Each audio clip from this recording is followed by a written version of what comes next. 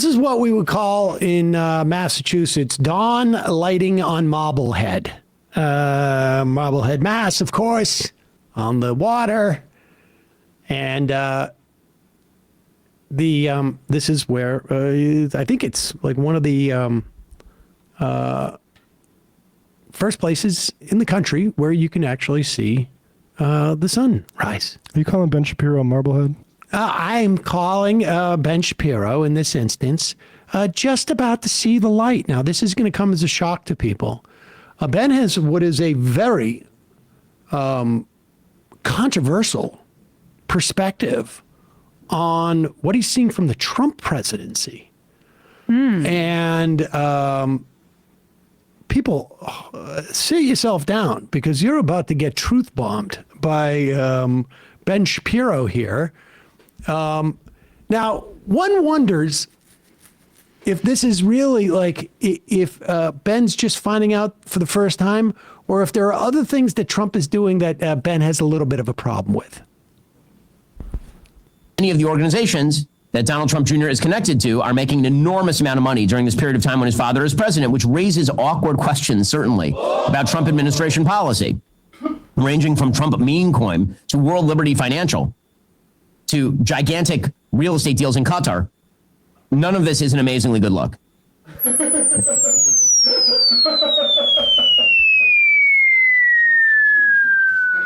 It's not a good look, okay? It's not a good look. What do you mean by not a good look? Yeah, expand on that. The optics are very bad about all of this incredible. Donald Trump is what, like, made 60% of his fortune in the past 6 months or something? Seems like a great look to me, Ben. Seems like a bad look. It's a bad look. Take a look at my bank account. My crypto. Interesting that he threw in the Qatar thing. It's almost as if there are problems that Shapiro has with what Trump is doing that are a little bit just off the notion of enriching himself. He's made literally, what was it, $3 or $4 billion off that pump and dump crap coin? Right, the meme. It was like I think like 400 million or something like that. 400 million was the jet, supposedly. Gosh.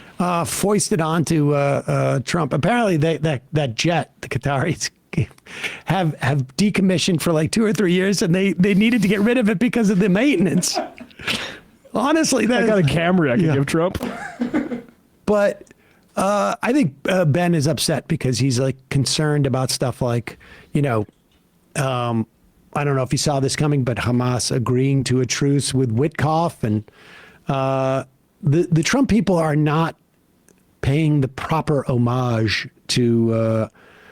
They're not doing anything, but they're not paying the proper respect to Netanyahu. Wait, the Qataris have a lot of money? And now all of a sudden, Ben Shapiro is like, I wonder if Trump is like, there's a bad look. It seems like he's trying to enrich himself.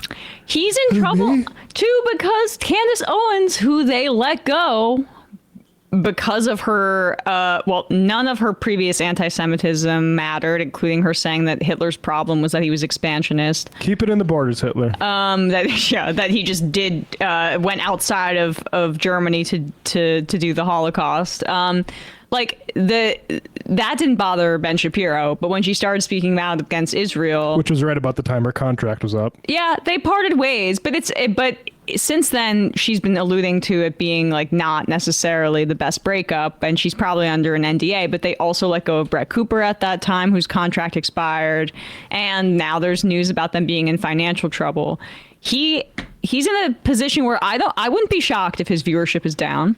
Like Candace Owens is through the roof, and she's like just doing straight up anti-Semitism in many instances. And she said the problem with the USSR was all the Jews. Right. And so like that's why things have improved so much since they all moved out. Now Ben Shapiro's Jewishness is becoming maybe a bit of a problem with an increasingly anti-Semitic audience. Because like as we're seeing anti-Israel sentiment rise amongst voters who lean Democrat and who are Democrats, it's also rising amongst young Republicans. And I don't necessarily have faith that those viewpoints are steeped in humanism. Yeah, they're going Candace mode. That they aren't taking wholesale the conflation of Zionism and Judaism by the entire Republican Party and many people in the Democratic Party, because why wouldn't they? They're certainly taking advantage of it. I mean, and this is just gives them an opportunity to express how they've always felt about Jewish people. And there's plenty of outlets that can give them that kind of content. And so what's Ben Shapiro going to do here? Is he going to try to differentiate himself and become an enlightened centrist in the Trump era? Are we going to see that reverse? I don't know. But I am joining the bulwark. Yeah. And I wanted to You are now being valuetained. let everybody know. Ben's Talk. That's my new show on Valuetainment. See you at Casa. What's the restaurant they always go to? Casa d'Amelio or whatever PBD's always talking about. I have Casa no idea. Check out R.M. Brown was on Tim Heidecker's show talking about how PBD likes to go to Casa D'Angelo and mentions it about 500 times in the show. There is no doubt in my mind. Definitely, he's like a announced sponsorship type of arrangement. Let's go to another phone call. Calling from a 404 area code. Who's this? Where are you calling from? Hey, this is William from Canton, Georgia. William from Canton, Georgia. What's on your mind? Well, a couple days, first one little point and then a question. A couple days ago, you were talking about Trump's $1,000 baby bond. We talked thing. about it today as well.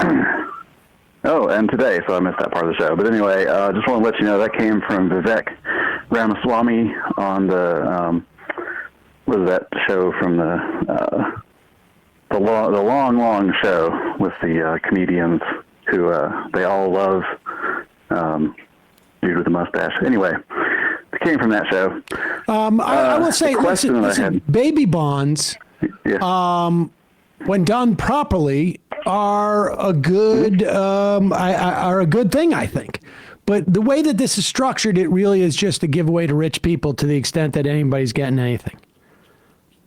Right.